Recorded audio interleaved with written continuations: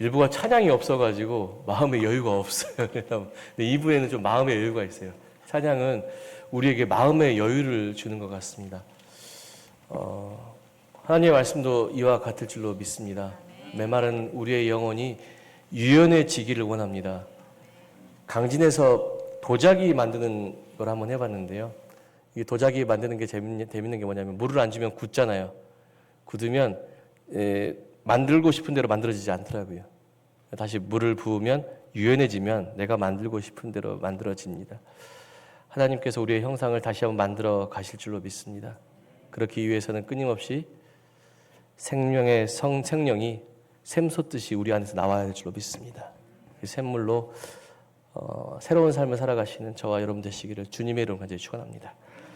주신 말씀 가지고요. 엘리사가 그의 옷을 입다라는 주제로 말씀 나누고자 합니다. 우린 매일 옷을 입습니다. 요즘 예원이 옷 입는 것 때문에 엄청 신경을 쓰고 있어요. 유명 연예인의 옷을 좀 따라하는 그런 아이돌의 옷을, 그죠?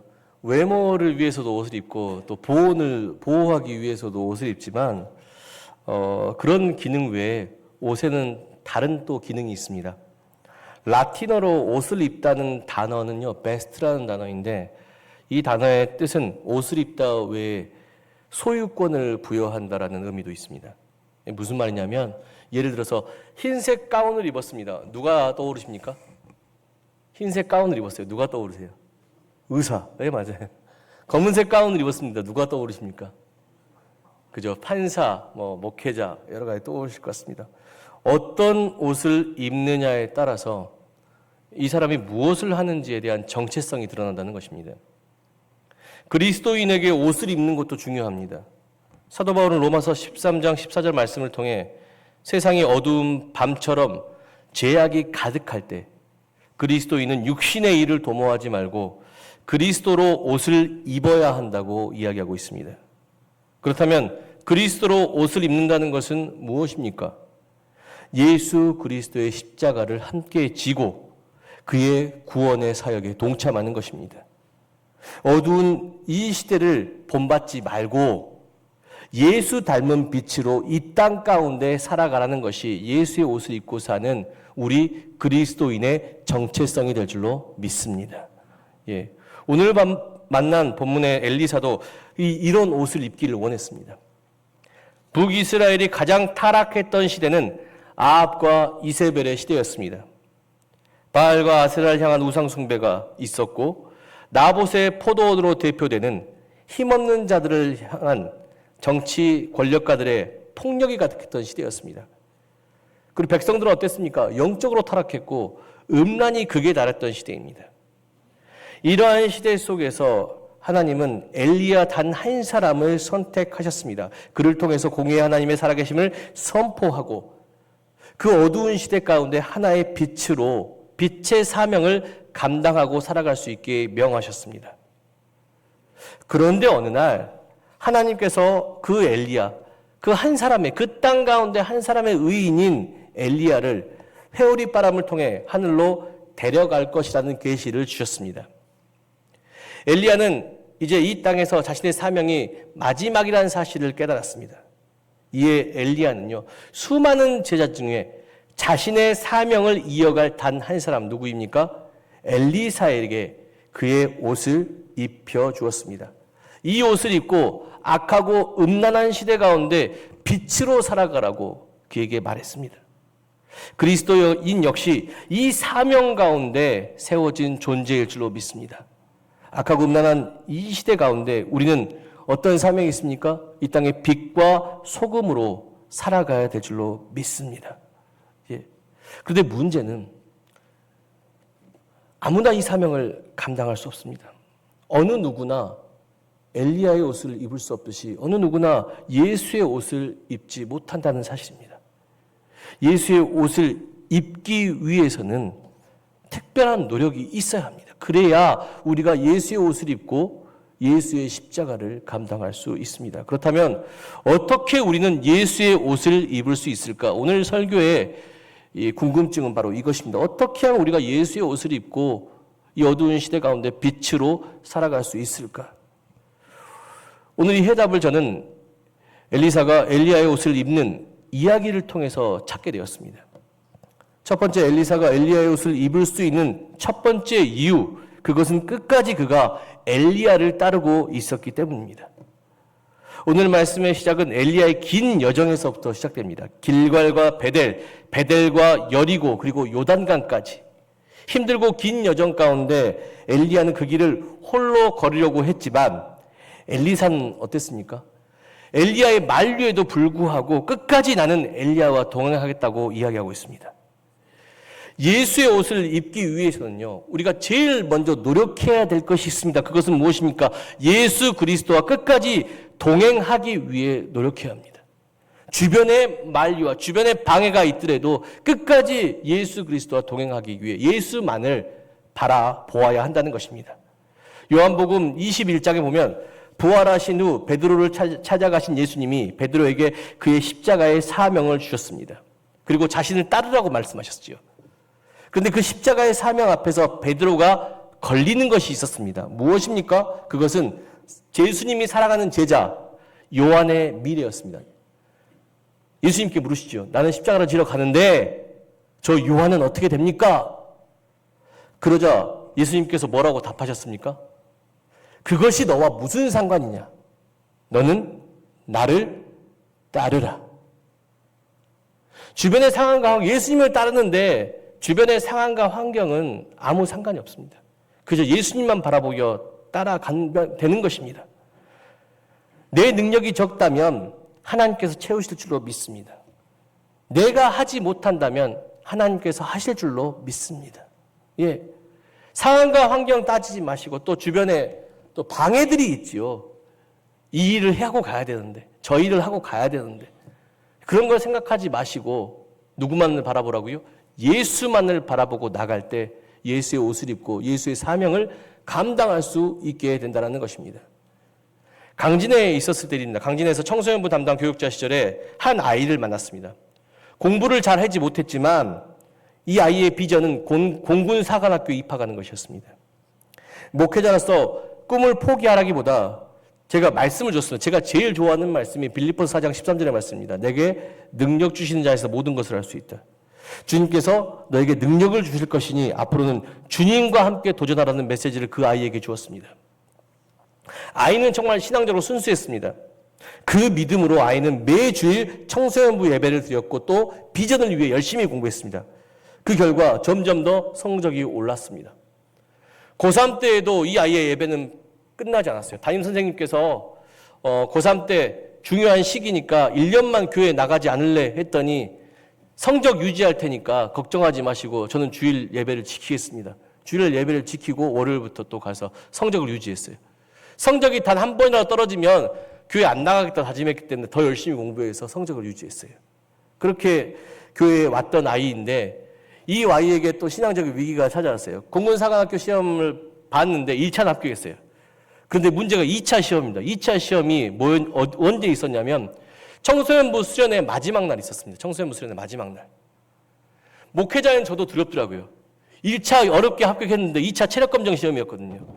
그래서 저희가 아이를 불러다가 뭐라고 그랬냐면 오지 말라고 수련회. 오지 말고 체력검정 시험 준비해서 시험 합격하라고. 근데 이 아이의 말이 저에게 큰 가르침을 주었어요. 이 아이가 뭐라고 하냐면 목사님 수련회하고 공군사관학교 무슨 상관이 있습니까? 저는 수련회 가겠습니다. 수련회 가고 시험도 볼 겁니다. 결국 이 아이는 수련회 2박 3일을 함께 했고요. 마지막 날 새벽에 공군사관학교 시험 훈련장에 갔어요. 그래서 시험을 보게 됐습니다. 어떻게 됐을까요? 합격했어요. 강진고 최초로 공군사관학교에 시골 학교에서 그것도 공군사관학교에 합격했습니다. 지금 이 아이는 광주 그 군대가 있죠. 그 공군이 있죠. 거기서 장교로 사역하고 있는데요. 지금도 이 아이에게 매일 중요한 것은 예배예요. 예배. 지금도 매주 빠지지 않고 예배. 다른 일은 아무 상관이 없대요. 내가 주님을 따르는데 내가 다른 게 무슨 상관이 있겠냐고 하면서 예배를 지키고 있다는 것입니다. 적어도 이런 믿음이 있어야지. 예배가 1순위가 되는 사람이 예수의 옷을 입을 수가 있어요. 다른 것이 무슨 상관이 있겠느냐. 우리의 모든 삶 하나님께서 책임져 줄 줄로 믿습니다. 하나님께서 돌보아줄 줄로 믿습니다. 내가 멈출 때 하나님께서 일하실 줄로 믿습니다. 우리의 믿음이 그게 있지 않습니까? 그렇다면 내가 내 일은 잠시 내려놓고 누구 만나러? 하나님 말씀 들으러 이 자리 나와야죠. 예수님 우리에게 물으셔요. 주일날 빠지겠다고 하면 안에서 그것이 너와 무슨 상관이 있느냐? 너는 나를 따르라. 그렇게 말씀하실 때 우리는 과연 어떻게 해야 할까요? 주님을 따르고 그의 옷을 입을 때 주님의 능력이 나타나고 주님의 능력이 나의 능력이 될 줄로 믿습니다. 예. 엘리사가 엘리야의 옷을 입을 수 있었던 두 번째 이유는 그의 마음이 주 안에 있었기 때문, 주 안에 있어서 잠잠했기 때문입니다. 3절과 5절 말씀 함께 보겠습니다. 베델과 여리고의 선지자들의 제자들이 엘리야를 떠난다는 이야기로 요동하고 있는 모습을 보게 됩니다. 그죠? 예. 왜 요동했습니까? 선지자의 제자에게는요, 엘리야는 이 땅의 마지막 남은 소망이었기 때문이에요. 이 땅의 마지막 남은 희망. 그가 떠난다는 소식은 이 소망이 완전히 무너져 버린다는 청천벽력과 같은 절망이었습니다. 그런 제자들, 요동하고 있는 제자들에게 엘리사는 뭐라고 이야기합니까? 3절과 5절 말씀 반복해서 보면 엘리사는 그들에게 잠잠하라라고 이야기합니다. 잠잠하라. 주의 옷을 입고 사는 자의 두 번째 모습은요, 이 땅의 소망이 끊어지는 상황과 환경 속에서도 요동하지 않고 잠잠하다는 것입니다. 왜 잠잠할 수 있습니까? 사도 바울은 그 해답을 이렇게 설명하고 있습니다. 골로새서 3장 10절 말씀 함께 묵상하겠습니다. 하나, 둘, 셋. 그러므로 너희는 하나님이 택하사 거룩하고 사랑받는 자처럼 긍휼과 자비와 겸손과 온유와 오래 참음의 옷을 입고. 예. 주의 옷을 입은 자는요, 그의 마음에 뭐가 있습니까? 겸손이 있고 온유가 있고 오래 참음이 있습니다. 겸손은 무엇입니까? 내 삶의 주인이 내가 아니라 하나님이시라는 것입니다. 그걸 믿음으로써 하나님 앞에 나를 내려놓는 것이 겸손입니다. 그러니 나는 요동하지 않아요. 어떠한 소망이 끊어지더라도 하나님께서 나를 구원하실 줄로 믿습니다. 하나님께서 합력하여 선을 이루실 줄로 믿습니다. 내 삶의 주인은 내가 아니라 하나님이시기 때문에 하나님께서 책임져 주실 것을 믿습니다. 그 마음으로 요동하지 않아요. 그 요동하지 않는 마음 가운데 뭐가 찾아와요? 온유함이 찾아와요. 온유함이 찾아오고, 그리고 뭡니까? 마지막 온유함만 있어서는 안 됩니다. 하나님 하실 줄로 믿습니다. 근데 언제 합니까? 내가 원하는 때 합니까? 하나님께서 원하시는 때 하실 줄로 믿습니다. 온유함으로 오래 참아야 돼요.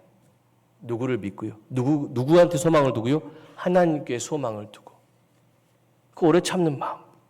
주의 옷을 입은 자들은 내 삶의 주관자를 주님으로 인정하기 때문에 그 주님이 나를 구원하시고 나를 반드시 세우실 것을 믿기 때문에 온유하고 오래 참아요. 소망이 무너지는 그 상황 속에서도 흔들리지 않게 변함이 없이 기뻐하지 못하는 상황 속에 기뻐하고 감사하지 못하는 상황 속에 감사하며 끝까지 믿어요. 그러니까 어떻게 됩니까?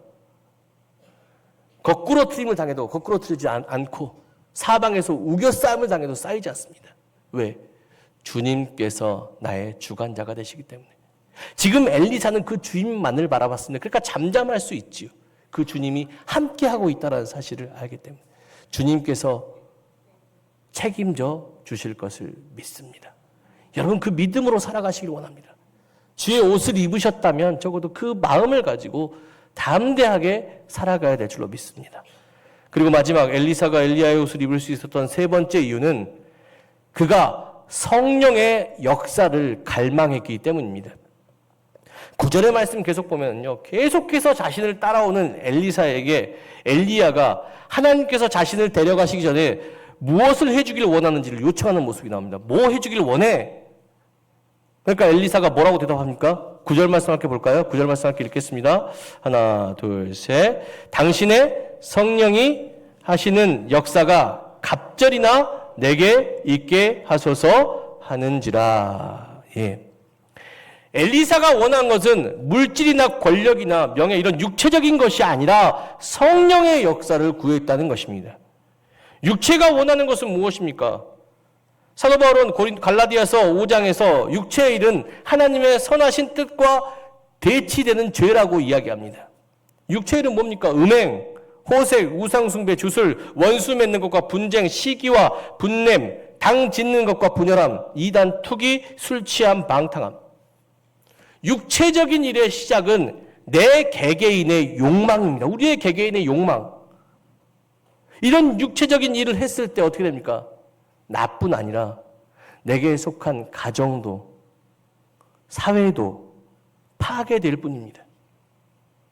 육체의 일이 또 반복되면 어떡합니까? 죄에 대해 둔감해지죠. 예. 요즘 유튜브 방송 보면은요, 폭력과 정말 외설이 난무하고 있어요. 자극적인 방송을 해야 돈이 되거든요. 그러니까 조직폭력배가 자기가 범죄를 저지른 거에 대해서 자랑하듯이 얘기를 해요. 그걸 방송에 내보내고. 근데 그걸 보는 대상이 누굽니까? 우리 청년들과 청소년들입니다. 우리의 미래가 되는 참 두렵습니다. 예. 죄에 대해서 둔감해졌어요. 또 최근에 기사를 보니까 어떤 외제차를 운전하시는 분이 음주운전하다가 청년을 치어서 죽게 했어요. 그 사고가 났잖아요. 그럼 청년이 죽었잖아요. 그러면 우리가 제일 먼저 물어봐야 될 게 뭡니까? 아이가 괜찮은지를 물어봐야 되는데 돌아와서 하는 말이 차가 괜찮은지, 차는 괜찮은지를 물어봤다는 사실이. 예. 얼마나 악한 시대입니까? 육체적인 소욕에 가지고 사는 이 죄악된 시대. 예. 북이스라엘 멸망했던 원인이 바로 거기에 있습니다. 엄청나게 타락해버렸기 때문에 스스로 자멸했어요.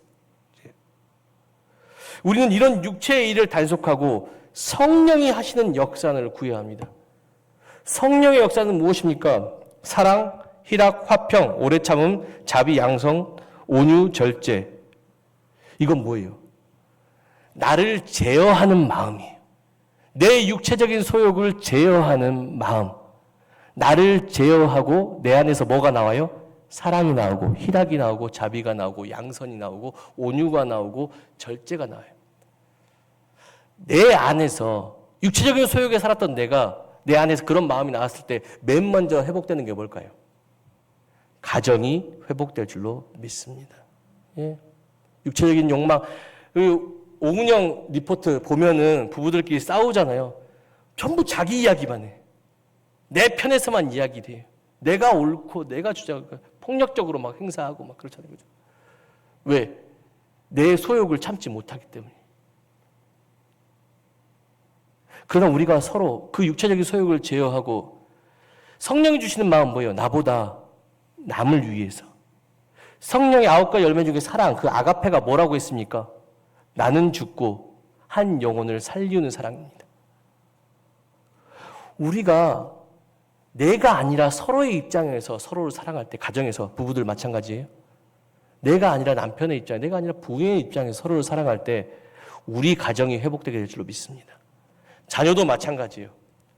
속을 썩이고 공부 못한다고 해서 뭐라고 하지 마시고 자녀의 입장에서 제가 지금 무엇 때문에 힘든 것인가. 예?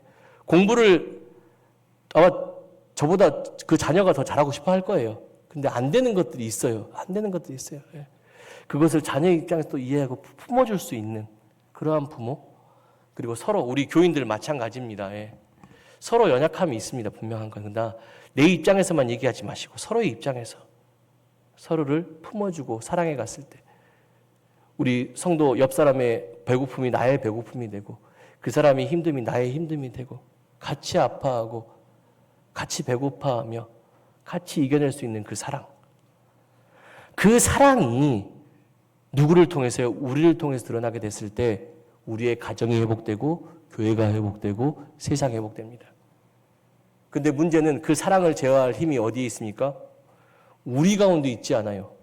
성령의 9가지 은사는 오직 어디에 있습니까? 하나님이 영이 우리에게 거하실 때. 목회자도 성령의 역사가 임하지 않으면요 욕망적으로 변합니다. 지금 이 시대의 목회자들 물질로 타락하고 성적으로 타락하고 이유가 뭔 줄 아십니까? 성령의 역사가 일어나지 않기 때문이에요. 그 마음 안에 하나님을 향한 사랑과 인내와 오래 참음과 절제가 일어나지 않기 때문입니다. 엘리사가 지금 성령의 역사를 강력하게 원하는 것은 뭐냐면 이 악한 시대 가운데 내가 물들어가지 않도록 내가 물들어가지 않도록 엘리야보다 엘리야는 큰 사람이에요. 엘리사에 비해서. 그죠? 더 큰 사람이에요. 그러니까 엘리야가 받은 성령보다 더 큰 성령의 역사가 내게 갑절이라 임해서 내가 절제할 수 있고 내가 오래 참을 수 있고 내가 인내할 수 있게 해달라고. 이 시대 가운데 육체적인 소욕에 살지 않고 하나님의 뜻 가운데 살아갈 수 있도록 나를 지켜주시라고. 지금 그것을 원하는 것이에요. 성령의 강력한 역사라 그래서 무슨 물을 가르고 막 그런 역사가 아니라 성령의 9가지 열매, 그 육체를 제어할 수 있는 열매. 저도 기도합니다. 목회자로서 많은 유혹이 있어요. 목회자는 뭡니까? 삶을 하나님 앞에 내려놨어요. 제 미래 하나님께 책임져 줄 줄로 믿습니다. 재물을 따르는 사람이 아니라 명예를 따르는 권력을 따르는 사람이 아니에요. 하나님을 따르는 사람이에요. 하나님께 제 삶을 내려놨어요. 전주 신강교회를 위해서 제 삶을 내려놨어요. 그렇기 위해서는 제가 뭐예요? 제 안에 성령의 역사가 임해야죠. 예수님보다 더 큰 성령의 역사가 임해요. 예수님보다 더 큰 성령. 왜? 저는 예수님보다 못한 죄인이기 때문에. 교회이기 때문에. 육체적인 소욕을 내가 감당할 수가 없기 때문에 성령님 이 시간 임하여 주시옵소서. 나의 마음의 욕망에 따르는 삶을 살지 않고 은혜에 따르는 삶을 살게 하여 주시옵소서. 주님 사랑함으로, 주님 믿고 온유함으로, 주님 믿고 오래 참고, 주님 믿고 자비하고, 주님 믿고 양선을 행할 수 있도록 주여 이 시간 주님의 마음, 그 성령의 역사를 갑절이나 나에게 주시옵소서. 사랑하는 성도 여러분, 우리 그리스도인도 마찬가지가 되어야 줄로 믿습니다. 우리는 예수의 옷을 입었다는 것은요, 육체의 소욕에 따라 사는 사람이 아니에요. 우리 그리스도인들은 육체의 소욕에 따라 멸망의 시대를 사는 사람이 아니라 이 땅 가운데 구별되어진 거룩한 존재로 살아가야 합니다. 로마서 12장 1절 2절 말씀에 사도 바울이 그랬지 않습니까? 우리가 어떤 예배를 드리자고요? 내 육신을 거룩한 산 제물로 드리고 영적 예배를 드려야 한다고. 영적 예배를. 예. 육체적인 소욕을 다 죽이고 성령의 마음으로 우리가 됐을 때 그 다음에 뭐라고 그래요? 너희는 이 시대를 본받지 말고 오직 마음을 새롭게 함으로 변화를 받아 하나님의 선하시고 기뻐하시고 온전하신 뜻이 무엇인지 분별하도록 살라. 이게 바로 그리스도인의 모습이라는 사실입니다.